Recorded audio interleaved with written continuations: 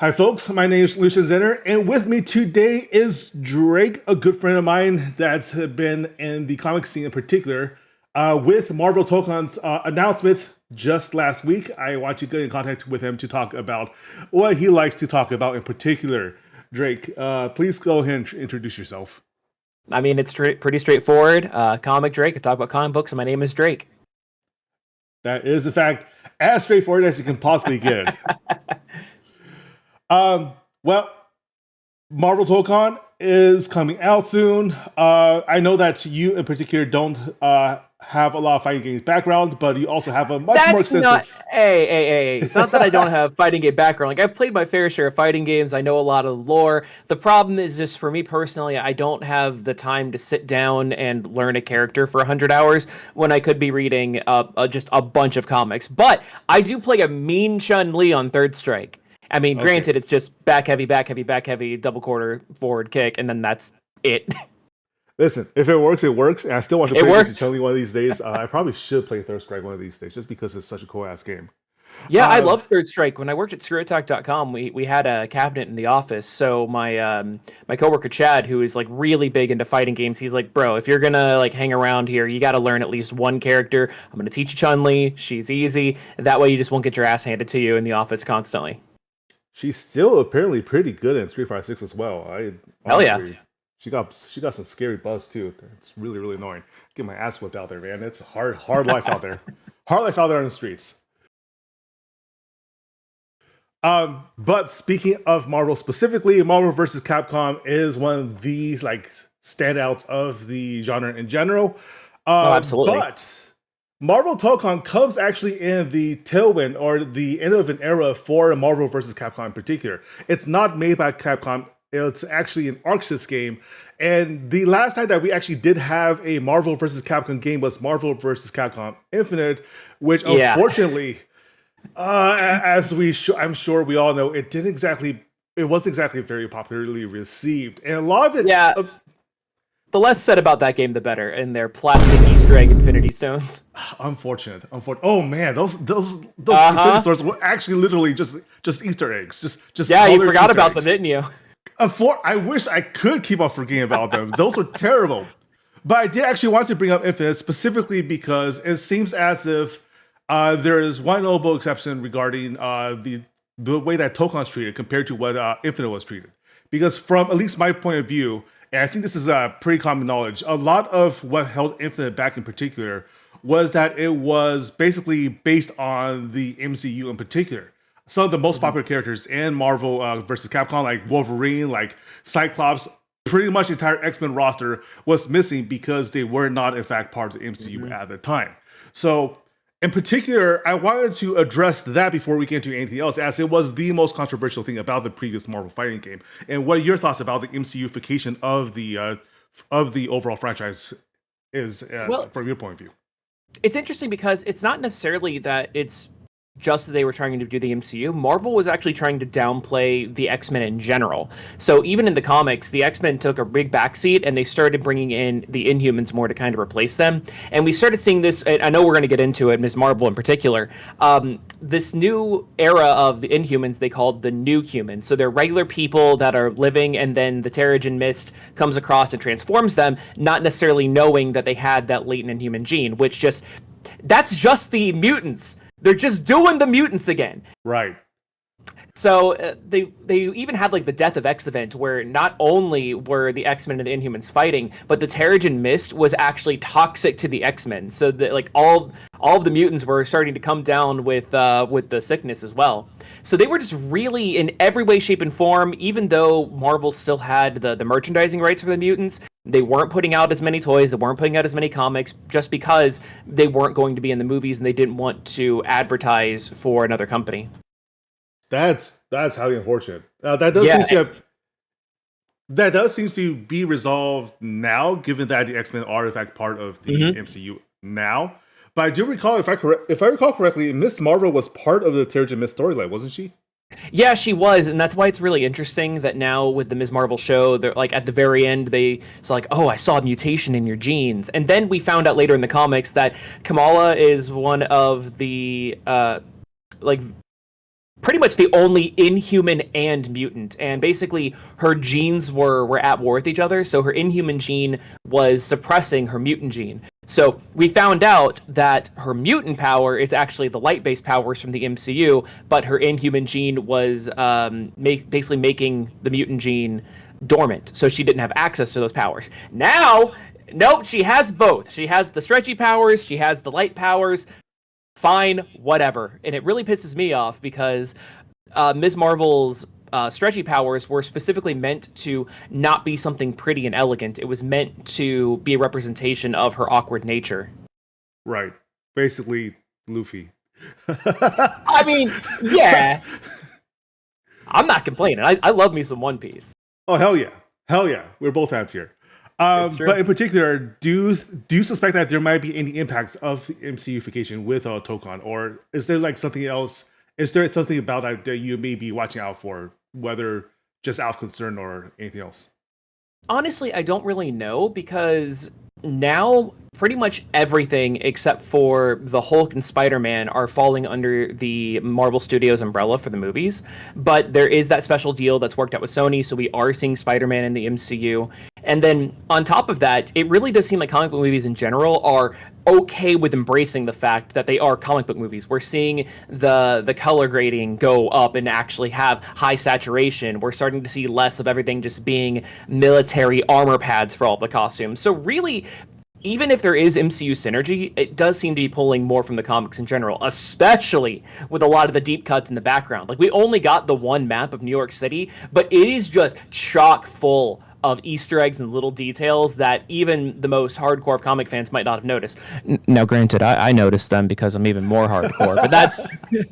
Listen, I've been talking about comics professionally for 10 years. I think I'm allowed to be the alpha nerd on this. Give us a great segue to my next question, which is to basically geek out about the Easter eggs and all the little references we caught, right? Like, we saw the usual mainstays from the Tokon trailer, Captain America, Iron Man, Ms. Marvel, Spidey, etc. But, like, there's a bunch of stuff that more casual fans are not going to notice, right? Like, and it took me, like, Reddit threads to learn that the bracers on Spider-Man in particular seems to be coming from his live-action movie, the Japanese live-action show in particular, right? Yeah, so it's not necessarily okay. So that is called the Spider Bracer. No, Spider and no, damn it. Okay, it's been a while since I've watched the '70s show. The Spider Bracelet has a needle in it that injects Takia, who is that version of Spider-Man. He's a motorcycle racer instead of a photographer because they're making it full Japan. Right. It was given to him by this guy named Garia from the planet Spider. And it injects him with spider blood, essentially, from Planet Spider, which it doesn't give him web shooting. It does, like, increase his strength and durability, but the Spider Protector, that's what I'm pretty sure it's called. Right. It shoots web, but specifically in the show, it's more like a giant rope. Right. I love Spider-Man so damn much. He is the emissary from hell. And actually, that show is why Super Sentai and other tokusatsu shows even have giant mechs in the first place. It all really started with Spider-Man. God, that is in fact a deep cut. Yeah, so sorry to bring it back to your original question. The Spider Protector, there was only the one on his wrist, whereas in Tokon we see two. But that green stripe around them is really harkening back to it. Right. God, I'm not sure how many people, especially in the current generation, have even seen this show, but actually, it's so something. Where would they be able to find a show if they wanted to watch it now? So Marvel did have it released digitally for a while, and I honestly don't know where it is. I personally have a backup of the official Marvel release of it, but I'm of the mindset that if a company doesn't want to release something physically, I have no issues pirating it, and I also think that, like, spreading the tapes makes the most sense. You might be able to find it on the Internet Archive, but I definitely think that from a historical preservation standpoint, it just makes sense to keep a copy on hand. Maybe we'll see it on Disney Plus. Like, we saw the old Spider-Woman show get uploaded there, but there might be some issues with Toei, I think, because that was all done with a special deal in the 70s where they had two tokusatsu shows. There was Spider-Man and then Battle Fever J, which was loosely based on Captain America. Man. Well, they do say to keep circulating the tapes, and frankly, the pirate's life is for most of us these days. Listen, man, we both like One Piece. Yeah, yeah. Hey, what's freer than pirate, right? Amen. Yar har Uh, fiddly-dee. Now, this is less of a deep cut, but they did choose to use Robbie Reyes as the incarnation of Ghost Rider this time around, most notably through the use of a charger, right? Well, even then, it's just that's his costume with the big Absolutely. white U. I'm personally not too familiar with this incarnation of Ghost Rider. Man, I love Robbie. I do know that he's been used in prior Marvel games previously. I believe he actually replaced the original Ghost Rider in Black Sun, despite the fact that it wasn't his particular storyline. Is there anything else you can tell us about this incarnation in particular? So what I love about Robbie is that he is very separate from the other Ghost Riders. It also seems like in general, Marvel has been really wanting to downplay Johnny Blaze, and I don't really know why. I don't have an issue with it because, frankly, I'm not the biggest Ghost Rider fan. He's a little too like edgelord for me. And even then, like the second Ghost Rider from the '90s, Daniel Ketch, I also like I hate '90s comics with a burning passion, so that's not really up my alley either. But man, Robbie, he was the Ghost Rider when I really started getting into Marvel, and I love him. He's not a traditional Ghost Rider in that he doesn't have a spirit of vengeance. He actually is fueled by his evil dead uncle, but he does eventually become a spirit of vengeance. Like he gets the power up. It's complicated because comics. Right. But he's a teenager. He has the Hell Charger as opposed to the motorcycle. But what really, really sets him apart is that he has a wonderful relationship with his little brother Gabe, who is handicapped, and he will ride or die for this kid. He will just make sure that he's protected. They're kind of doing like the single parent older brother custody of all of it. So he's trying to balance having a regular life. He's trying to balance being the Ghost Rider and then also trying to be a good older brother to take care of the little one. And you know, I'm about that. It's so much more compelling than Johnny just being a cool motorcycle guy. He was the king of hell for a while, but Right. Well, that's the usual comic like yeah. stuff going on. Is there anything else you can tell us about how he interacts with the Marvel cast in general, though? Because after all, this is a 4v4 game, so I'm assuming there's going to be a lot of character synergy involved. Yeah, I mean, like, Robbie doesn't do a whole lot outside of his own comics. He was a member of the Avengers for a while. I'm not caught up on the comics so for Avengers specifically, so maybe he's still there. But he was kind of like, every time that the Avengers gets a brand new initiative, a new starting on point, they bring on a couple of characters that haven't really been Avengers before, so they can be the fresh faces to for the reader surrogates. That's why Kamala Khan, Miles Morales were brought in during the all new, all different Avengers initiative, and then Robbie was kind of like the fresh face guy for Jason Aaron's run. He was kind of just there to be like, "Whoa, I can't believe I'm an Avenger now. This is really cool." But at that point in time, the Avengers base was inside of a Celestial, and Robbie takes it over, and basically, because the cool thing about a Ghost Rider is that they can turn any vehicle into like a Ghost Rider variant, even like animals. There was from like 3 million BC, there was a Ghost Rider who had a flaming woolly mammoth, and I think there was one of the Native American Ghost Riders also turned like a pterodactyl into a hell vehicle while they were in the Savage Land. But still, I mean, giant celestial vehicle was pretty sick. But yeah, really nothing too special for the interpersonal dynamics of Robbie. Or yeah, it's basically just him and his brother. That's fair enough. We'll have to look into more if it's Avengers connection, of course. Are there any other Easter eggs that you might have spotted that might not be common knowledge?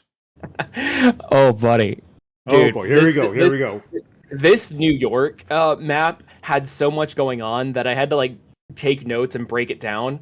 So we can start with like the obvious stuff of the background buildings. I mean, yeah, Avengers Tower, the Baxter Building, those are pretty like well known.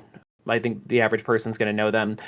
More deep cuts though is Roxxon, who is a a huge conglomerate. They have their fingers in every pie. They're probably most well known in the comics for their oil and energy division, but also they have like a Rocks News, which is an obvious Fox News parody.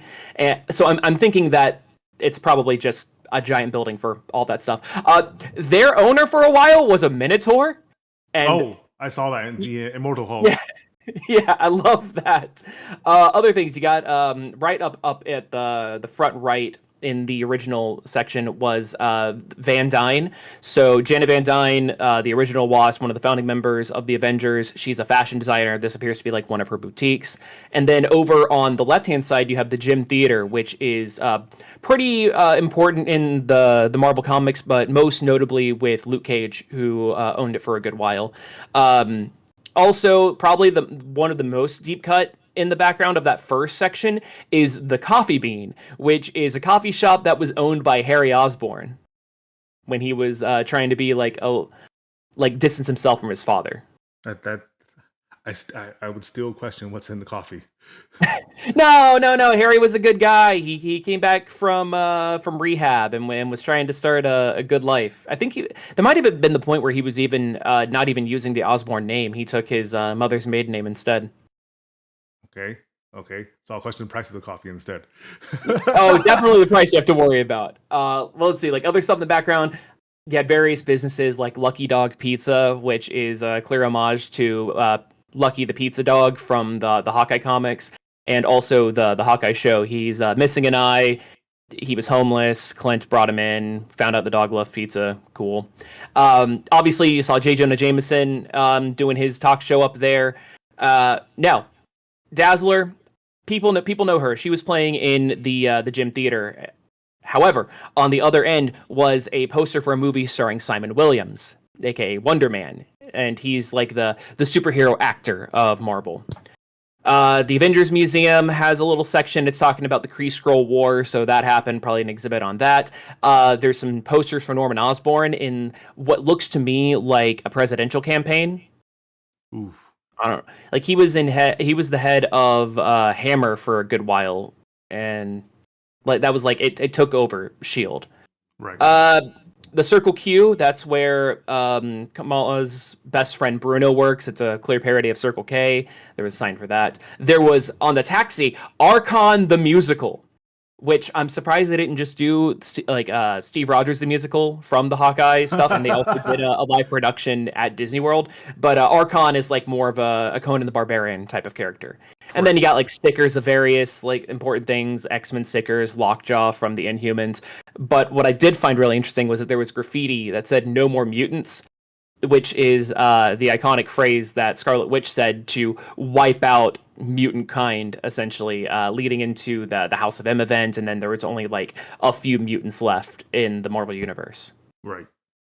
So that's what I saw from the first one. Now, if we go over to, yeah, I told you, man. We're not done, folks. We are not done. We're not done. The fight kicks over to the right. It did a screen transition. This one's a little bit less exciting. It's just like a fountain and some stuff in the background. But specifically of note is the Avengers statue, which had Iron Man, Thor. This statue of the founding Avengers is usually shown in front of the Avengers Manor. So that's pretty well known. Really nothing too much to look at here, so we'll do the screen transition over to the left, which is in a back alley. We see the Nelson and Murdoch attorney's office. So obviously that's Daredevil and Foggy Nelson. The gym on the right-hand side of that is Battle and Jack's gym. Daredevil's dad has the iconic boxing gloves for the sign.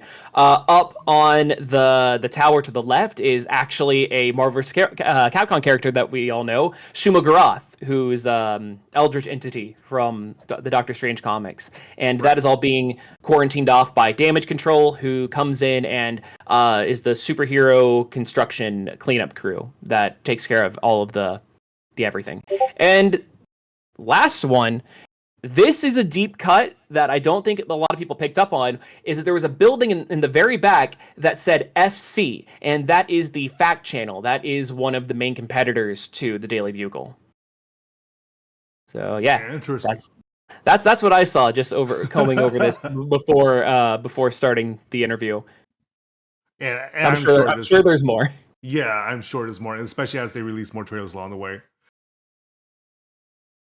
To segue into the next question, given that it is a 4v4 tag fighter, and given that we do have the Fantastic Four movie coming out, it's interesting that it's coming out long after Fantastic Four is coming out in theaters, right? But that does raise the question, like, although we are sort of expecting the Fantastic Four to be announced as part of the core roster, like, are there other Marvel quartets that we are overlooking because of the movie? Well, first of all, it's really interesting that it is a 4v4 fighter, but I kind of question how Sue Storm would work in a fighting game, because, like, yes, it's a 4v4 roster, but it's still inherently just like 1v1 at a given time. So I don't really know how an invisible character would necessarily work. Yes, she has her force fields, but I don't know. Force fields, actually, there have been some like invisible teleporting style characters, especially in Arcsystemworks. Oh, really? So yeah. Okay, well, yeah, isn't this just like running off of basically the same engine as fighters? Possibly more along the side of Strive, especially with the wall breaks, and especially with some of the Strive infamously tried a 3v3 fighting mode a while ago that's still available in the game. Actually, it just wasn't too popular because there's no actual support for 3v3 at a time. So I'm guessing that was actually the experiment leading up to Tokon.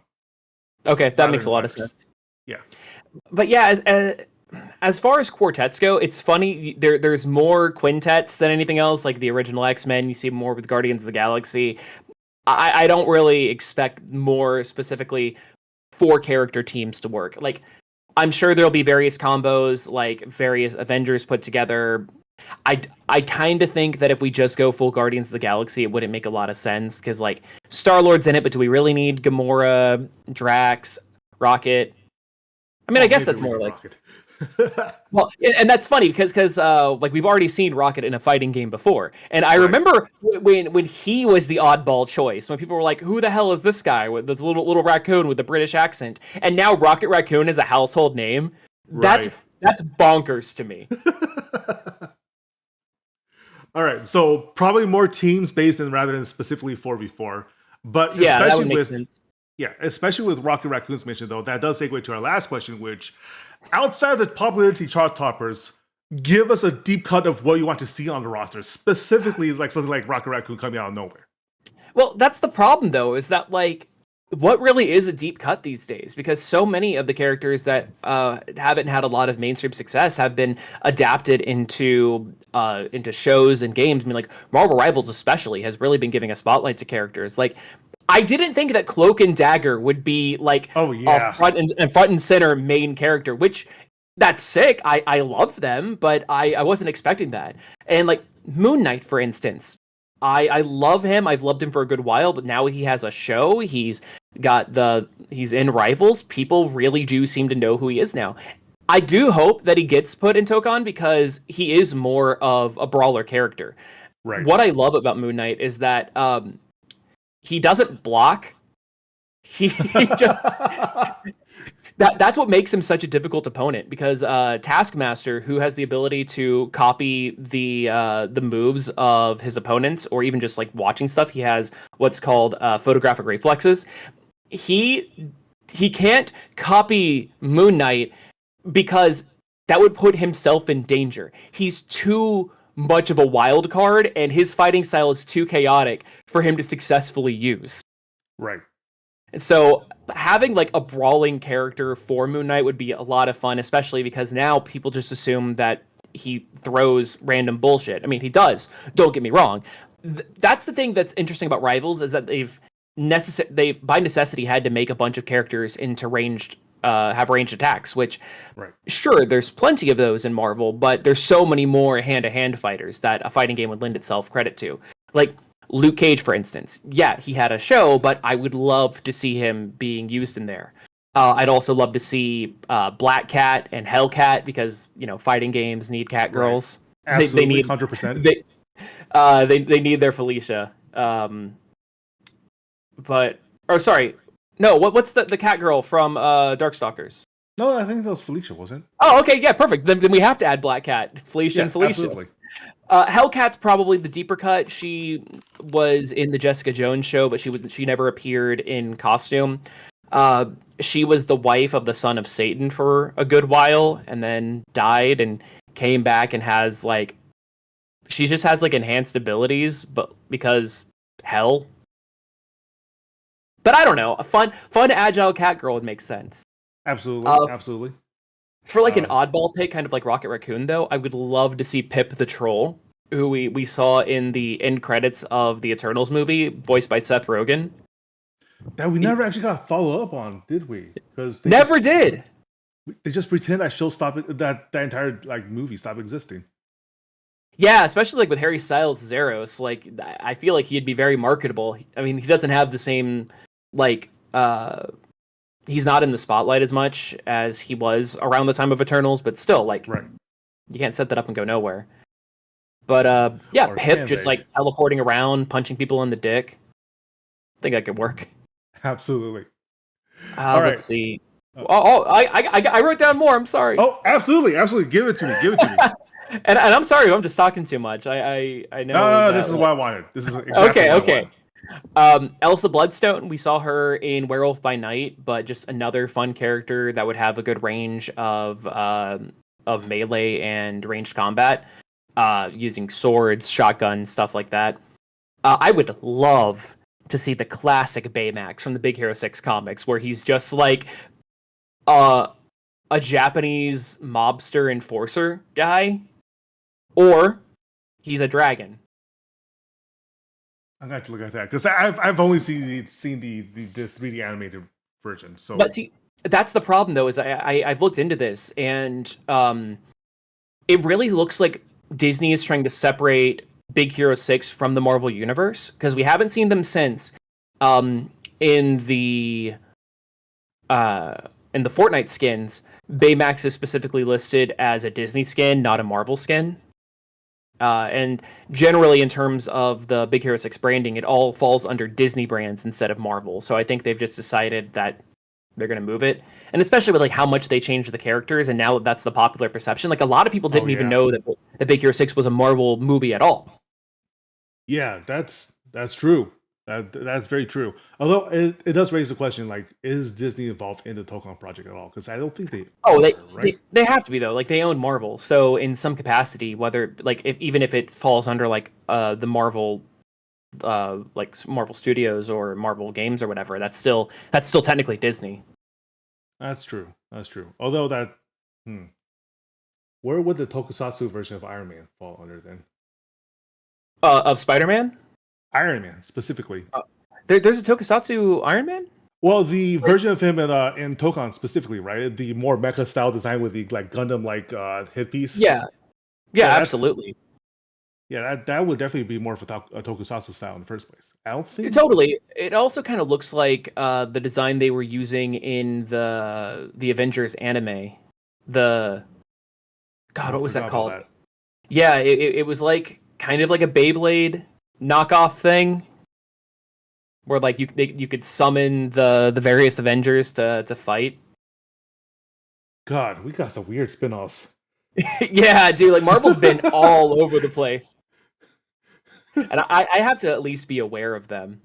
But also, one of the big problems that I think that the Marvel games have, and we're really seeing it with Rivals, is that we need more villains. Like right now, there's just Doctor Doom, and you got to add more. So obviously, Magneto's going to be in there. The Master of Magnet, he was in MVC. I would love to see Taskmaster and just have him be an amalgam of various moves from the other characters. I think that could be a lot of fun. Or maybe he has one special attack, and depending on who he's fighting, it's that special attack. I think that could be interesting and unique. Oddball cut. I want to see Swarm. He is a man made out of Nazi bees. Nazi bees, god damn. He's a Nazi that fell into like a science thing, and he became bees. Oh my god. Yeah, you know what? Why not? Especially it's if it's Arcsys property, they can always reuse the code for Arakune from BlazBlue for that. Yeah, he doesn't have to be a Nazi in this one. Like, but he has to be bees. He could be Hydra bees. I mean, that's what they're doing for like anything Nazi. It's Hydra. It's fine. But yeah, I just want to be man. There was like at one point where he goes into a museum and then he sends all of the bees to latch onto a dinosaur skeleton and he just becomes a giant dinosaur Nazi bee man. God, that actually makes some sick fighting game moves. Especially as a special, Jesus. Yeah, I mean, like, he's essentially like a blob character, so you can kind of do whatever you want with him. This is a complete tangent, but this also makes me wish that Capcom spent any time trying to revitalize Darkstalkers in particular. Yeah, because absolutely. They had the bee fighter that turned other people into bees. Yes, that's so weird. God, I think it's yeah, they're leaving that on the table. That's my pick. Make it happen. Seriously, Doc Ock could be fun. You know, just arms flying everywhere. He wraps them around himself to guard. And the deepest cut you're going to hear from me is Death's Head. He's not really a villain. He's a freelance peacekeeping agent. He originated from the Transformers comics that Marvel was doing in the UK in like the late 80s. And as the series was wrapping up, they realized that Hasbro would have all of the rights to the characters they created specifically for the Transformers book. So they were also writing the Doctor Who comic at the time. So they sent the Doctor over to the Transformers universe. They shrunk down Death's Head. He ended up in the TARDIS and then got dropped off in the Marvel universe. So that's how he's regular sized. Oh my God. Yeah, that's a triple franchise deep cut. That's incredible. Yeah, absolutely. Yeah. Absolutely. I want to do a video on it because like the fact that Marvel stole a Transformer with Doctor Who, it'd be fun. But he's a robot character. He's got a big mace. I just feel like a robot. I think that works really well with mecha. You see how they redesigned Iron Man's armor. I feel like they could just go crazy with Death's Head. Oh, absolutely. And technically, like, who knows whether or not the Doom you're fighting is not a Doombot, right? Yeah, exactly. Yeah, absolutely, absolutely. But also, last thing that I had written down was that it'd be really cool to see underrepresented characters. A lot of like the deep cuts would be better off as skins more than anything else, and I think that's something that we could really see in all of the various video games. Like, give me Scarlet Spider as a skin for Spider-Man, and just have some different voice lines, or like Vance Astro, who is a guy from the future that has Captain America's shield. Like, you can easily swap those in, and boom, you got instant character representation and cool-looking skins. Absolutely, and frankly, costume DLC is the meta for fighting games these days. Mm-hmm. Easy way to sell it. Very, very easy. Especially the deeper the cut it gets, right? Because then you get people buying skins just for the sheer novelty factor. Yeah, absolutely. And then people want to know where these skins come from. They go to my channel. I go there. It's a symbiotic relationship. Because listen, man, Jeff the Land Shark paid my freaking mortgage for like 2 months. The fact that now Jeff is a household name, wild. The fact that Luna Snow is a household name absolutely baffles me. But I rode that all the way to the bank, and I cannot complain. Oh, absolutely. I need these movies and games to stay relevant. Oh, speaking of writing things to the bank, they need to add the pools. Deadpool, Gwenpool. Yeah, like, I'm like the fucking hate Deadpool. Oh, can I swear on this? Oh, don't worry about that. You may be attacked for hating Deadpool, but I can't help you on that.